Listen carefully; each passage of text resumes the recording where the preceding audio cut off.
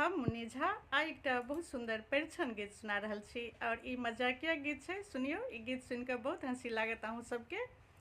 और निक लागत त कनी कमेंट, लाइक, शेयर, फॉलो जरूर कर देवे। अपना मिथिला के पारंपरिक गीत है और हम अपना मिथिला के पारंपरिक गीत गाबे छे,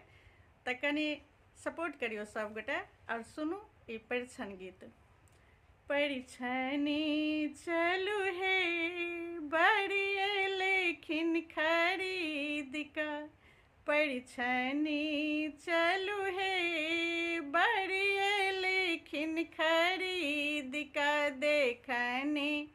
चलू हे सखी सब सजी धजी का, देखनी चलू हे सखी सब हिली मिली का, परिछनी चलू हे बड़िए लेखिन खरीद का। साजलिया सुंदर डलबाले सिलिया दीप है, साजलिया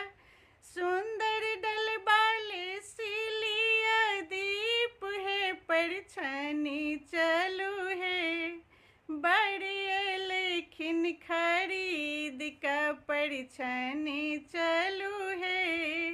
बड़िए लेखिन खरीद का, देखनी चलू है सखी सब सजी धजी का, देखनी चलू है सखी सब हिली मिली का।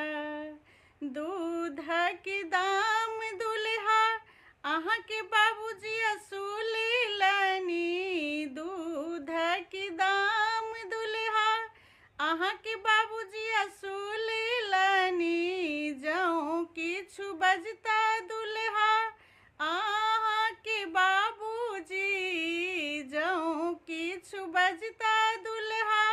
अहाँ के बाबूजी, बान्ह देबन है जतक आयल छथि बरतिया, बान्ह देबन है जतक आयल छथि बरतिया, परिछनी चलू है बड़िए लेखिन खरीद का, परिछनी चलू है बड़िए लेखिन खरीद का, देखनी चलू है सखी सब सजी धजी का। सजलिया सुंदर